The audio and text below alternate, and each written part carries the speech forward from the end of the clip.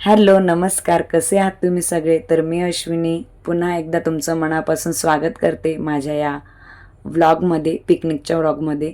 तर एक भाग मी अपलोड केला आहे, तोही आपल्या चॅनलवर जाऊन तुम्ही बघा. नवीन तुम्ही जर असाल माझ्या चॅनलवर तर प्लीज सबस्क्राईब करा. या रिसॉर्टची पूर्ण डिटेल मी ह्या व्हिडिओमध्ये सांगणारच आहे, तर व्हिडिओ शेवटपर्यंत बघा.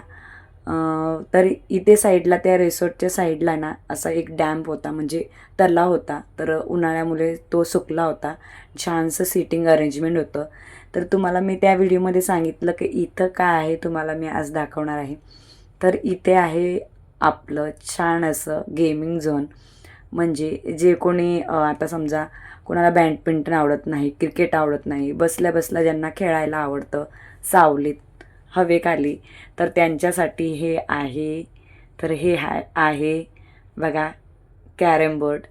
मस्तपैकी 2 कॅरम बोर्ड आहे इथे, तुम्ही मस्त खेळू शकता. आणि वरती बघा इथे म्हणजे तुम्हाला गरमही होणार नाही, कौलारू होतं आणि फॅनही इथे लावलेले होते. म्हणजे प्रत्येक गोष्टीचा त्यांनी विचार करून सोय केलेली होती. तर इथे बघा ते कवड्या असतात, म्हणजे तुम्ही चेस खेळता किंवा चेस खेळता किंवा कॅरम खेळता, त्याच्याच ते सोंगट्या लागणार आहेत त्या आहेत तिथे. आणि त्याच्याच साईडला ना मोठा असा ओपन असं ग्राउंड होतं. आय थिंक इथे तुम्ही क्रिकेट वगैरे खेळू शकता, असं त्यांनी सिटिंग केलं आहे. आणि इथे थोडासा कच्चा रस्ता आहे. हे इथे बाहेर जाण्यासाठी, म्हणजे खेळत असेल त्यांच्यासाठी टॉयलेट आहे. जिथे आपण स्विमिंग पूल दाखवला तिथेही वेगळे टॉयलेट आहे, रूममध्येही वेगळे टॉयलेट आहे आणि इथेही वेगळे टॉयलेट आहे. त्यांनी खूप छान अशी सोय केलेली होती. तर बघा इथे तलाव सुकल्यामुळे थोडंसं हे नाही वाटत ते, पण इथे गेस्ट हाऊस आहे खूप छान. खूप मोठा रिसॉर्ट होता हा. इकडे पण काहीतरी होतं, पण मी तिकडे गेली नाही, लांबूनच थोडं शूट केलं. आणि जेव्हा इथे पाणी असणार ना, तेव्हा तो खूपच सुंदर दिसत असणार, मला असं वाटतंय. तर हा मी एप्रिलमध्ये आलेलो, 22 तारखेला. खूपच ऊन होतं. पण इथे जे हिरवंगार जे शेत होतं, म्हणजे फार्म होतं, फार्म हाऊसही म्हणू शकतात, रिसॉर्टही म्हणू शकतात. तर खूप छान असं इथे वातावरण थंड होतं. बघा इथेही यायला तुम्हाला अशी जागा होती. या साईडला बघा, तुम्हाला पुन्हा एकदा दाखवते, ते डॅम आहे. आणि रात्रीचे पूर्ण अशी लाईटिंग चालू असते, त्यामुळे खूप सुंदर दिसतं.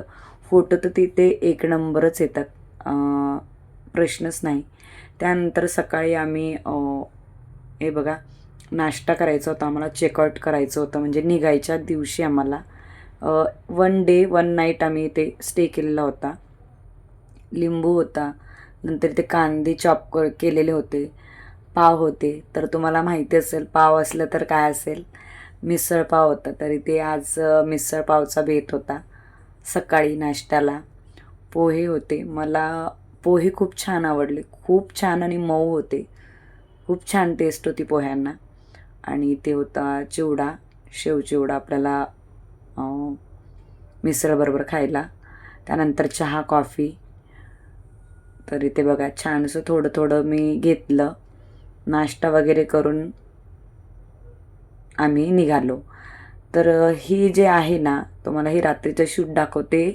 ते आम्ही रेन डान्स करून, म्हणजे स्विमिंग पूलमधून आल्यानंतर रात्रीच्या दिवशी आमचा जो प्रोग्राम होता बायकांचा, त्यासाठी आम्ही छान असं रेडी झालेलो. तर हे आहे ते रात्रीचं शूट. आणि जे मी नाश्ता दाखवला तो आम्ही चेकआउटच्या दिवशी, निघण्याच्या दिवशी होता. तर इथे बघा सगळी अशी लाईटिंग लावलेली. आणि सॉरी मंडळी, मोबाईल तुम्ही थोडासा आडवा करून बघा, म्हणून तुम्हाला व्यवस्थित दिसेल. तर छान अशी लाईटिंग केलेली होती इथे. आणि बायका फोटोशूट वगैरे छान काढत होत्या, त्यांच्या तयारी वगैरे करून. तर आता मी सांगते तुम्हाला इथे कसं यायचं. जर तुम्ही मुंबईत असाल तर तुम्ही दादर आपलं स्टेशन आहे, दादर स्टेशनपासून, मी दादरलाच राहते त्यामुळे दादर स्टेशनपासून तुम्ही नेरळला आलात. नेरळला आल्यानंतर तिथं तुम्हाला हे फार्म हाऊसचं नाव सांगितल्यानंतर तुम्हाला 50 रुपयात कोणीही सोडून देईल, म्हणजे टॅक्सी. फॅमिली असेल तर बेस्टच, पण आम्ही हा पूर्ण रिसॉर्ट बायकांनी बुक केल्यामुळे अनदर पर्सन इथे कोणीच नव्हतं, म्हणजे दुसरं कोणीही पर्सन नव्हतं. फक्त आमच्या ज्या लेडीज होत्या, आम्ही मैत्रिणी वगैरे, त्याच इथे होता. आणि आम्ही घरून निघालो, डायरेक्ट भायखळ्याला गेलो. भायखळ्याहून डायरेक्ट आम्ही नेरळला आलो. तर नेरळला उतरलो तर अपोजिट साईडला माथेरान, जिथे आपण माथेरानची ट्रेन असते त्या बाजूला नका जाऊ, त्याच्या विरुद्ध दिशेला या, तिथे टॅक्सी मिळते. म्हणजे त्या वेस्टला, ते मला काही कळलं नाही, वेस्ट आणि पूर्व पश्चिम काही कळालं नाही, त्यामुळे तुम्ही विचारून घेऊ शकता की रिसॉर्ट ही कोणत्या साईडला आपण रिक्षा पकडू शकतो. तर आम्ही त्या साईडने आलो. तर इथे बघा रात्रीचं बघा किती छान दिसत होता स्विमिंग पूल आणि ह्या रेन झोन. पाण्यामध्ये त्यांनी लाईटिंग लावलेल्या होत्या, खूप सुंदर दिसत होत्या बघा लाईटिंग. आणि असं तुम्ही जर काही प्लॅन असेल तुमचा की रिसेप्शन करायचं असेल, त्यासाठी ही बेस्ट ऑप्शन आहे. खूप छान सगळ्या बायका असं छानशा नटल्यानंतर इथे बघा, इथेही बायकांची काही रील सुटत नाही. छानशी रील बनवली आम्ही परत. म्हणजे इथं कोणी वाटतच नव्हतं बायका कोण आणि मुली कोण. त्यानंतर परत रात्री झोपताना एक त्यांचं बाकीच होतं रील शूट करण्याचं. तर इथे बघा टॉवेल पंघरून रील करत होत्या बायका, पण करायचंच होतं त्यांना. तर खूप एन्जॉय केली, खूप मज्जा केली. तर इथे बघा आमचा एवढा ग्रुप होता आणि लहान लहान मुलं होती आमच्याबरोबर. 4 का 5 मुलं होती, 5 मुलं होती. तर इथे मस्त वन पीस घालून छानसा आम्ही फोटोशूट केला सर्व बायकांनी. त्यानंतर सकाळी चेकआउट केल्यानंतर, नाश्ता केल्यानंतर खोपोलीला, म्हणजे नेरळून आम्ही खोपोलीला आलेलो.